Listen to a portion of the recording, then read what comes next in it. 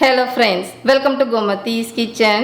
இன்னைக்கு நம்ம பார்க்க போற ரெசிபி பாத்தீங்க அப்படினா ரொம்பவே ஒரு ஆரோக்கியமான டிஃபன் கோம்போ தான் பார்க்க போறோம். உடனடியா செய்யற மாதிரியான சொரக்காய் தோசையும் அது தொட்டு சாப்பிடுற மாதிரியான கடலை பருப்பு சட்னியும் எப்படி செய்யலாம்ங்கறத பார்க்கலாம். சொரக்காய் பிடிக்காதவங்க நிறைய பேர் இருப்பாங்க இல்லையா, அவங்களுக்கு நம்ம பொரியலாவோ சாம்பாரில் போட்டு கொடுத்தோம் அப்படின்னா அந்த அளவுக்கு சாப்பிட மாட்டாங்க. அவங்களுக்கு இந்த மாதிரி நல்ல மொறுன்னு தோசையில் போட்டு செய்கிறப்ப அவங்களுக்கு சொரக்காயில் தான் செஞ்சோம் அப்படின்னு தெரியாமலே ரொம்ப விருப்பப்பட்டும் சாப்பிடுவாங்க. இந்த ரெசிபியை பாருங்கள், பிடிச்சிருந்தது அப்படின்னா மறக்காமல் இந்த வீடியோவுக்கு ஒரு லைக்கும் கமெண்ட்டும் பண்ணுங்கள். இப்போ வாங்க இந்த தோசையும் சட்னியும் எப்படி செய்யலாங்கிறத பார்க்கலாம். கோமதிஸ் கிச்சனை சப்ஸ்கிரைப் பண்ணாதவங்க சப்ஸ்கிரைப் பட்டனை ப்ரெஸ் பண்ணிக்கோங்க. உடனுக்குடனே அப்டேட் வேணும் அப்படின்னா பக்கத்தில் இருக்க பெல் பட்டனில் ஆல்ங்கிற ஆப்ஷனை மறக்காமல் ப்ரெஸ் பண்ணி வச்சுக்கோங்க. இப்போ இந்த தோசை பண்ணுறதுக்கு நான் சொரக்காயை ஏற்கனவே நறுக்கி வச்சுருக்கிறேன். அதோட அளவுன்னு பார்த்தீங்கன்னா ஒரு 200 கிராம் அளவுக்கு சொரக்காயை எடுத்து அதில் இருக்கிற அந்த விதை பகுதியையும் தோலையும் சீவி நறுக்கி வச்சுருக்கிறேன். இது நறுக்கினதோட அளவுன்னு பார்த்தீங்கன்னா மெஷரிங் கப்பில் ஒரு 3லேருந்து 4 கப்பு வரைக்கும் இருக்கும். இப்போ இதை நம்ம அரைச்சிக்கலாம். அதுக்கு நல்ல ஒரு பெரிய மிக்சி ஜாராகவே எடுத்து வச்சுக்கோங்க. இப்போ இதில் நம்ம நறுக்கி வச்சுருக்கிற அந்த சொரக்காயை மட்டும் சேர்த்துக்கலாம். சேர்த்துட்டு இதில் தண்ணிலாம் எதுவுமே ஊற்ற வேண்டாம். நல்லா நைஸாக அரைச்சி எடுத்துகிட்டு வந்துடுங்க. இப்போ சொரக்காயை பார்த்திங்கன்னா நல்லா அரைச்சி எடுத்துகிட்டு வந்தாச்சு. நல்லா இந்த அளவுக்கு நைஸாக அரைச்சிக்கோங்க. இப்போ தோசை மாவு கலக்க ஆரம்பிக்கலாம். தோசை மாவு கலக்கிறதுக்கு ஒரு பெரிய பாத்திரமாக எடுத்துக்கோங்க. இதில் நம்ம அரைச்ச விழுதை எந்த கப்பில் நீங்கள் மெஷர் பண்ண போகிறீங்களோ அதில் நீங்கள் அளந்துக்கோங்க. இப்போ நான் மெஷரிங் கப்பில் கிட்டத்தட்ட அரைச்ச விழுதோட அளவுன்னு பார்த்தீங்க அப்படின்னா ஒரு 1.25 கப் அளவுக்கு எடுத்துருக்கிறேன். எடுத்த மெஷரிங் கப்லேயே நீங்கள் மற்ற சாமான்கள் எல்லாமே அளந்தீங்க அப்படின்னா நம்மளோட தோசை நல்ல மொறுமொறுப்பாக இருக்கும். மெஷரிங் கப் இல்லைன்னா நீங்கள் டம்ளரில் கூட அளந்துக்கலாம். இப்போ 1.25 கப் விழுதுக்குன்னு பார்த்தீங்கன்னா அரிசி மாவு நீங்கள் எந்த அரிசி மாவு வேணால் சேர்த்துக்கலாம். அதே கப்லேயே ஒரு 1.25 கப் அளவுக்கு அரிசி மாவு சேர்த்துக்கோங்க. நான் இடியாப்ப மாவு கலந்துருக்கிறேன். கூடவே இதில் ரவை சேர்த்துக்க போகிறோம். ரவை பார்த்திங்கன்னா அதே மெஷரிங் கப்பில் 3/4 கப் அளவுக்கு எடுத்தால் போதும். நீங்கள் வறுத்த ரவை வறுக்காத ரவை எது வேணால் சேர்த்துக்கலாம். இப்போ அடுத்ததாக இதில் சேர்க்க போகிறதுன்னு பார்த்தீங்கன்னா கோதுமை மாவு. கோதுமை மாவுக்கு பதிலாக பைந்தா மாவு கூட சேர்த்துக்கலாம். ஆனால் பார்த்தீங்கன்னா மெஷரிங் டேபிள் ஸ்பூனில் 2 டேபிள் ஸ்பூன் போட்டால் போதும். கோதுமை மாவு ரொம்ப அதிகமாக போட்டுட்டோம் அப்படின்னா அந்த மொறுமொறுப்பு தன்மை கம்மியாக போயிடும். ஆனால் 2 டேபிள் ஸ்பூன் மட்டும் இப்போ எடுத்துருக்கிற அளவுக்கு சேர்த்துக்கோங்க. கூடவே இந்த தோசைக்கு மாவுக்கு தேவையான அளவு உப்பு 1லேருந்து 1.25 டீஸ்பூன் அளவுக்கு உப்பு சேர்த்துக்கோங்க. சரியாக இருக்கும். இதுலேயே 1 டீஸ்பூன் அளவுக்கு சீரகம் சேர்த்துக்கலாம். அடுத்ததாக ஒரு 1/4 டீஸ்பூன் அளவுக்கு பெருங்காய பொடி சேர்த்துக்கோங்க. பெருங்காய பொடி கொஞ்சம் அதிகமாகவே சேர்த்துக்கலாம், அப்போ ரொம்ப நல்லா டேஸ்ட்டாக இருக்கும். அடுத்ததாக இதில் சேர்க்க போகிறதுன்னு பார்த்தீங்கன்னா வெங்காயம் நல்லா பொடியாக நறுக்கின பெரிய வெங்காயம் 1 வெங்காயம் நறுக்கிட்டு சேர்த்துருக்கலாம். அதை நல்லா உதுத்து விட்ட மாதிரி சேர்த்துக்கோங்க. அடுத்ததாக பச்சை மிளகா காரத்துக்கு தகுந்த மாதிரி சேர்த்துக்கோங்க. நான் ஒரு 3 பச்சை மிளகாவை பொடியாக நறுக்கி சேர்த்துருக்கிறேன். கொஞ்சமாக கருவேப்பிலை இலைகளையும் பொடியாக நறுக்கிட்டு சேர்த்துட்டு இப்போ இது சேர்த்ததுக்கு அப்புறமா இந்த மாவு எல்லாம் ஒன்று சேர்ந்து வர மாதிரி முதல்ல தண்ணி ஊற்றாமல் ஒரு விஸ்கு வச்சு கலந்து விட்டுக்கோங்க. இப்போ ஓரளவு நல்லா கலந்ததுக்கு அப்புறமா பச்சை தண்ணி தான் சேர்த்துக்க போகிறேன். தேவையான அளவு சேர்த்துக்கலாம். அதாவது பார்த்திங்க அப்படின்னா நம்ம ரவா தோசைக்கு மாவு கலப்போம் பார்த்திங்களா தண்ணியாக, அதே மாதிரி இந்த மாவை கலந்துக்கோங்க. கொஞ்சம் கொஞ்சமாக ஊற்றி கலந்துக்கோங்க. இதில் நான் தண்ணியோட அளவு ப்ராப்பராக சொல்ல முடியாது.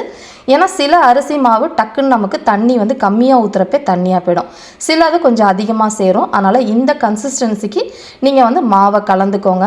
இப்போ இந்த கலந்த மாவு பார்த்திங்கன்னா ஒரு 15 நிமிஷம் நல்லா ஊறணும்.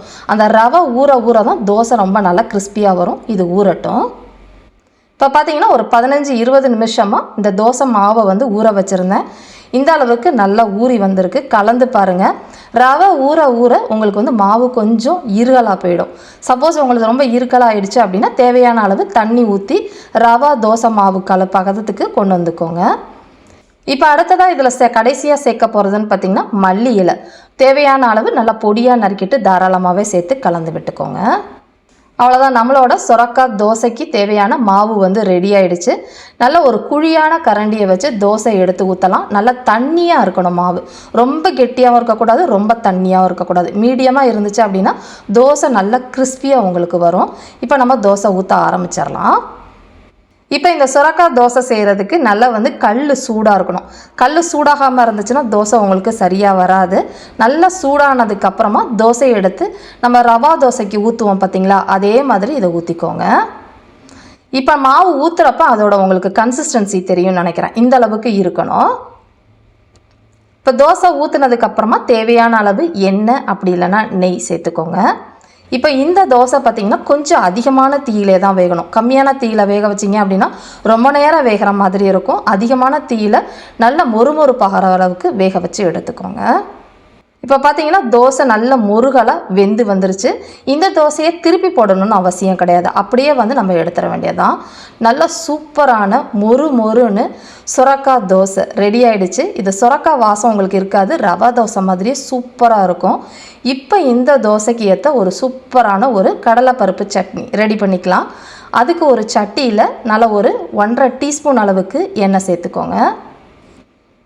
எண்ணெய் நல்லா காஞ்சதுக்கப்புறமா ஃபஸ்ட்டு வந்து பெருங்காயம், கட்டி பெருங்காயம் போட்டுக்கோங்க. சின்ன பீஸாக போட்டிருக்கிறேன். இது நல்லா பொரியட்டும். கட்டி பெருங்காயம் இல்லை அப்படின்னா நீங்கள் தாளிக்கிறப்ப ஒரு 1/2 டீஸ்பூன் பொடி பெருங்காயம் போட்டால் தாளித்து சேர்த்துக்கலாம். இப்போ நல்லா வந்து பெருங்காயம் பொரிஞ்சதுக்கப்புறமா இதில் கடலைப்பருப்பு சேர்த்துக்கலாம். கடலைப்பருப்போட அளவுன்னு பார்த்திங்கன்னா ஒரு 2 டேபிள் ஸ்பூன் அளவுக்கு சேர்த்துக்கோங்க, கரெக்டாக இருக்கும். இப்போ இந்த கடலைப்பருப்பு நல்லா பொன்னிறமாக செவந்து வர அளவுக்கு மிதமான தீயில வறுத்து விட்டுக்கலாம். இப்போ பார்த்தீங்கன்னா கடலைப்பருப்பு ஓரளவு நல்லா செவந்திருக்கு. இப்போ காரத்துக்கு தகுந்த மாதிரி வரமிளகா நான் வந்து ஒரு 7 வரமிளகா சேர்த்துருக்குறேன். உங்களுக்கு காரம் எவ்வளோ வேணுமோ அதுக்கேற்ற மாதிரி சேர்த்து அதோடய நல்லா வதக்கிக்கோங்க. இப்போ பார்த்தீங்கன்னா கடலைப்பருப்பு நல்லா செவந்துருச்சு, மிளகாயும் வறுப்பட்டிருக்கு. இப்போ வந்து அந்த 3 சாமான்களையும் எண்ணெயை வடிச்சிட்டு வெறும் சாமான்களை மட்டும் எடுத்து தட்டில் மாற்றிக்கோங்க. இப்போ இதே எண்ணெயிலே பார்த்தீங்க அப்படின்னா பூண்டு 2 பல்லு பூண்டை நறுக்கிட்டு சேர்த்துருக்கிறேன். நல்ல பெரிய சைஸில் இருக்கிற ஒரு பெரிய வெங்காயம் சேர்த்துக்கோங்க. இப்போ இந்த வெங்காயம் பூண்டு நல்லா வெந்து வர அளவுக்கு வதக்கிக்கலாம். இப்போ பார்த்தீங்கன்னா ஒரு பாதி அளவு நல்லா வெந்து வந்ததுக்கப்புறமா இதில் புளி சேர்த்துக்கோங்க. புளி வந்து பார்த்திங்கன்னா ஒரு சின்ன கோழி குண்டு அளவுக்கு புளியை பிச்சு போட்டு சேர்த்துக்கலாம். ஏன்னா நம்ம இதில் தக்காளியும் சேர்க்க போகிறோம். இப்போ இதெல்லாம் நல்லா வதங்கினதுக்கப்புறமா இதில் தேவையான அளவு உப்பு ஒரு 1/2 டீஸ்பூன் அளவுக்கு சேர்த்துக்கோங்க. கூடவே வந்து தக்காளி சேர்த்துக்கலாம். தக்காளி வந்து மீடியம் சைஸில் 2 தக்காளி நறுக்கிட்டு சேர்த்துருக்குறேன். நல்லா பெருசாக இருந்தால் ஒரு தக்காளி போதும். இப்போ இந்த தக்காளி வேகிற அளவுக்கு வதங்கினா போதும். ரொம்ப குழஞ்சி தண்ணியாக வதங்கணும்னு அவசியம் கிடையாது. இப்போ பார்த்தீங்கன்னா நல்லா வதங்கி இந்த அளவுக்கு வந்தால் போதும். அடுப்பை ஆஃப் பண்ணிவிடுங்க. அடுப்பை ஆஃப் பண்ணினதுக்கப்புறமா இதை நல்லா ஆற வச்சுடுங்க. ஆறினதுக்கப்புறமா சட்னி அரைச்சிக்கலாம். இப்போ சட்னி அரைக்கிறதுக்கு ஒரு மிக்சி ஜாரில் முதல்ல வறுத்தம் பார்த்திங்களா வரமிளகா, பெருங்காயம், கடலைப்பருப்பு அதை மட்டும் போட்டுட்டு தண்ணி ஊற்றாமல் இதை கொஞ்சம் கொரப்பாக அரைச்சிக்கலாம். இப்போ பார்த்தீங்கன்னா ஓரளவு கொரப்பாக அரைச்சி எடுத்துகிட்டு வந்துட்டேன். இப்போ நம்ம வதக்கி வச்சுருக்கிற அந்த வெங்காயம் தக்காளி இருக்குது பார்த்திங்களா, அதை சேர்த்துக்கோங்க. இப்போ இதில் வந்து தேவையான அளவு கொஞ்சமாக தண்ணி விட்டு கொஞ்சம் திக்காகவே கொரப்பாக அரைச்சிக்கோங்க. ரொம்ப வந்து நைஸாக அரைக்க வேண்டாம். இப்போ பார்த்தீங்கன்னா நம்மளோட கடலைப்பருப்பு சட்னி ரெடி ஆயிடுச்சு. இப்போ இதுக்கு ஒரு தாளிப்பு கொடுக்கறதுக்கு எண்ணெய் நல்லா காஞ்சதுக்கு அப்புறமா கடுகு அதே மாதிரி உளுத்தம் பருப்பு கருவேப்பிலை போட்டு சேர்த்துருங்க. சூப்பரான கடலைப்பருப்பு சட்னி ரெடி ஆயிடுச்சு. இந்த தோசையோட செம்ம டேஸ்ட்டாக இருக்கும், ட்ரை பண்ணி பாருங்க. இதே மாதிரி அளவுகளோட இந்த சுரக்காய் தோசையையும் கடலைப்பருப்பு சட்னியும் செஞ்சு பார்த்துட்டு எப்படி இருக்கு அப்படிங்கிறத கமெண்ட் பண்ணுங்க. வீடியோ பிடிச்சிருந்தாலும் கமெண்ட் பண்ணுங்க, லைக் பண்ணுங்க, ஷேர் பண்ணுங்க. மறக்காம கோமதிஸ் கிச்சன் சேனலையும் சப்ஸ்கிரைப் பண்ணி வச்சுக்கோங்க. Thanks for watching.